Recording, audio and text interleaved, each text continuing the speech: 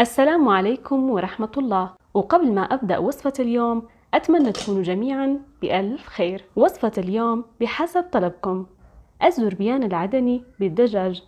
سهل ولذيذ جدا. طبعا طعم الزربيان بهذه الطريقة كأنكم بأشهر المطاعم العدنية وألذ كمان. بالفيديو السابق عملت الزربيان العدني باللحم، بحط لكم رابط الطريقة في صندوق الوصف. ولعمل الزربيان العدني بالدجاج تابعوا خطوات العمل. ولعمل الزربيان بالدجاج بنبدأ بتنقيع الأرز. بنحتاج 4 أكواب أرز بسمتي طويل الحبة. كمية الأرز مناسبة لحبة دجاج وزن 1200 جرام إلى 1400 جرام.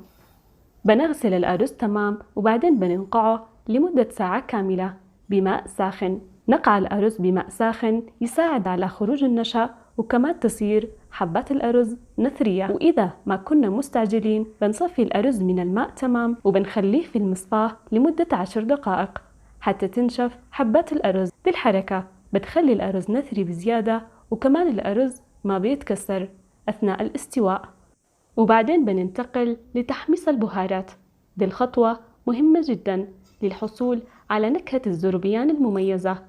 في مقلاة على النار بنحط ملعقة كبيرة كمون حب، نصف ملعقة صغيرة فلفل أسود، 6 حبات هيل و5 حبات قرنفل، عود ونصف العود الثاني قرفة. بنحمص البهارات حتى تفوح رائحتها.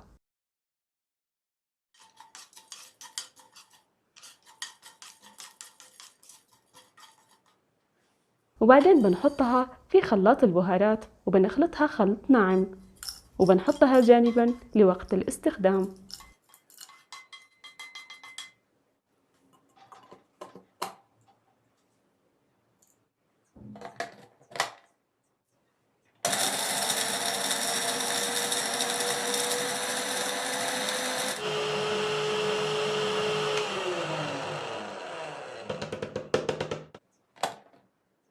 وبعدين بننتقل لقلي البصل.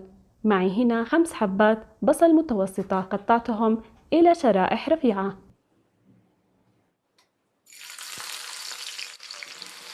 بنحط البصل بداية في زيت ساخن، ولما يبدأ يتحمر البصل بنقص النار وبنخليها وسط، وبنقلب البصل حتى يتحمر كامل بنفس التحميرة ويصير اللون بني. قلي البصل على نار متوسطة بيخلي البصل مقرمش. طبعا اللون البني للبصل هو أساس الطبقة البنية للزربيان، بيخلي لون البطاطس والدجاج وبعض حبات الأرز لونها بني.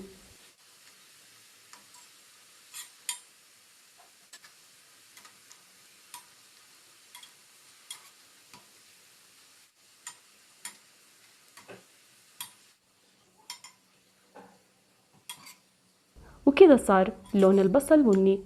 بنشيل البصل من الزيت وبنحطهم على مناديل مطبخ. لا تخلوا البصل يحترق، لأنه لو احترق بيصير طعم الزربيان مر.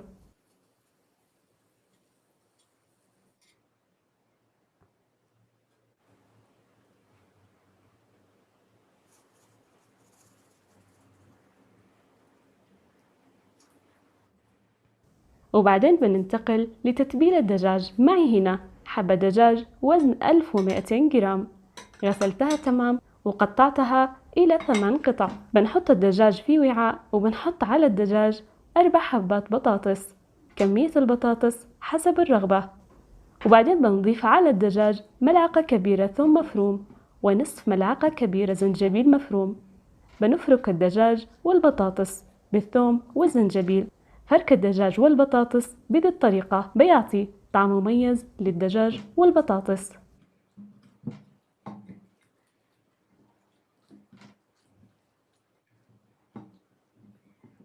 بعدين بنضيف البهارات يلي سبق وجهزناها، وبنضيف كمان نصف ملعقة كبيرة ملح.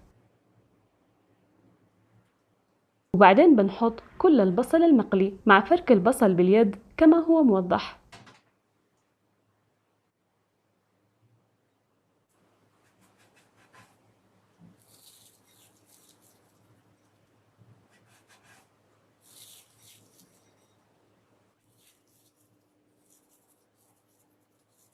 وبعدين بنضيف علبة زبادي وزن 200 جرام، وبنخلط المكونات تمام حتى تتداخل التتبيلة مع الدجاج والبطاطس بالكامل.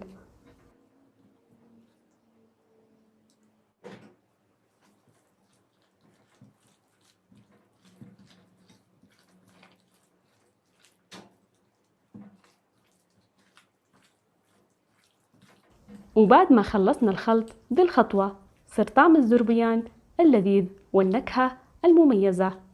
بنسوي تبخير للدجاج قبل الاستواء. الدجاج بياخذ نكهة حلوة من التبخير. بنحمر جمرة وبنحطها في صحن، وبعدين بنحط الصحن على الدجاج وبنحط على الجمرة من زيت قلي البصل، وبنغطي على الدجاج لمدة ساعتين. ليش بنخلي الدجاج مدة ساعتين مع التتبيلة؟ لأنه بيصير الطعم ألذ. كلما خلينا الدجاج في التتبيلة فترة طويلة كلما صار الطعم ألذ. ممكن نتبل الدجاج من اليوم الأول ونحطه بالثلاجة، بيصير الطعم ألذ بكثير من أنه نسويه بنفس الوقت، لكن بدون ما نحط البطاطس، لأن البطاطس يغير طعم التتبيلة لما يظل كثير بالتتبيلة. لذلك بنحط البطاطس قبل مرحلة الطبخ. وبعد مرور ساعتين بنحط الدجاج في قدر الضغط، ونحط على الدجاج ربع كوب من زيت قلي البصل ونصف كوب ماء. بنخلط تمام،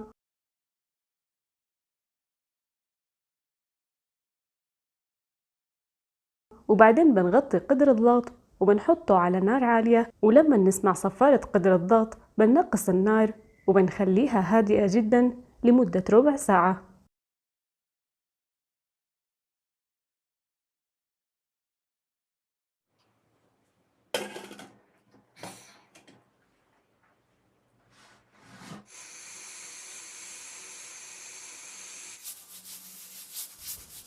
وبعدين بننتقل لتسوية الأرز. في قدر على النار فيه ماء مغلي، بنحط عود قرفة و3 حبات هيل و3 قرنفل، وبعد الغليان بنحط الأرز المنقوع بعد تصفيته من الماء تماما.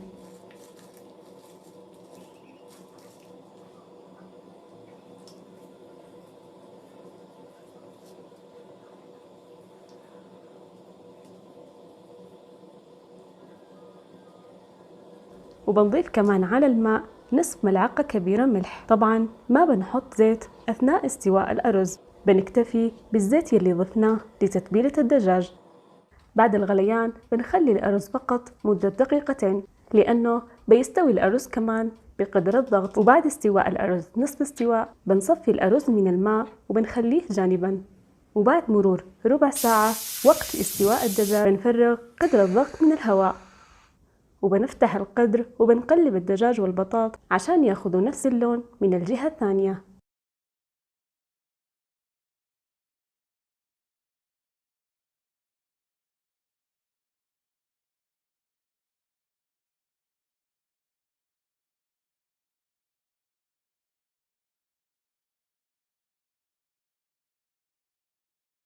وبعدين بننتقل لتطبيق الأرز.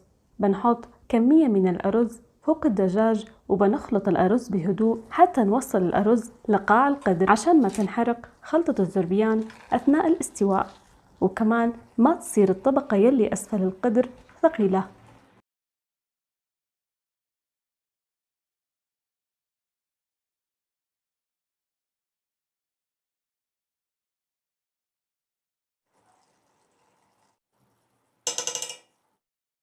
وبعدين بنحط باقي كمية الأرز وبنساوي سطح الأرز وبنحط على الأرز بصل مقلي. إذا ما تحبوا زيادة البصل المقلي لا تحطوا.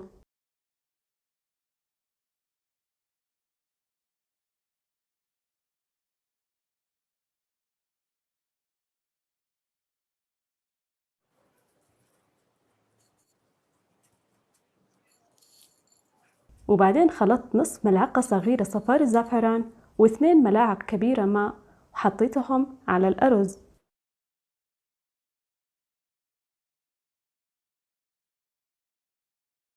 وبعدين بنغطي قدر الضغط وعلى نار هادئة لمدة 10 دقائق. وبعد مرور ال10 دقائق ما بنفتح قدر الضغط إلا بعد مرور ربع ساعة أو نصف ساعة حتى تهدأ حرارة القدر. وأثناء سكب الأرز تصير حبات الأرز نثرية وما تتعجن. ما شاء الله، الأرز نثري ومستوي تماما. جربوا الطريقة، جدا ناجحة ولذيذة.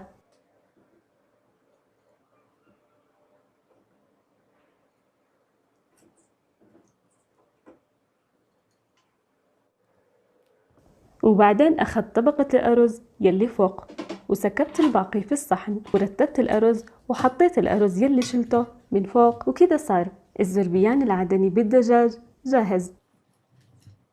وأخيرا أتمنى تكونوا استمتعتوا بفيديو اليوم. شكرا للمتابعة. في أمان الله.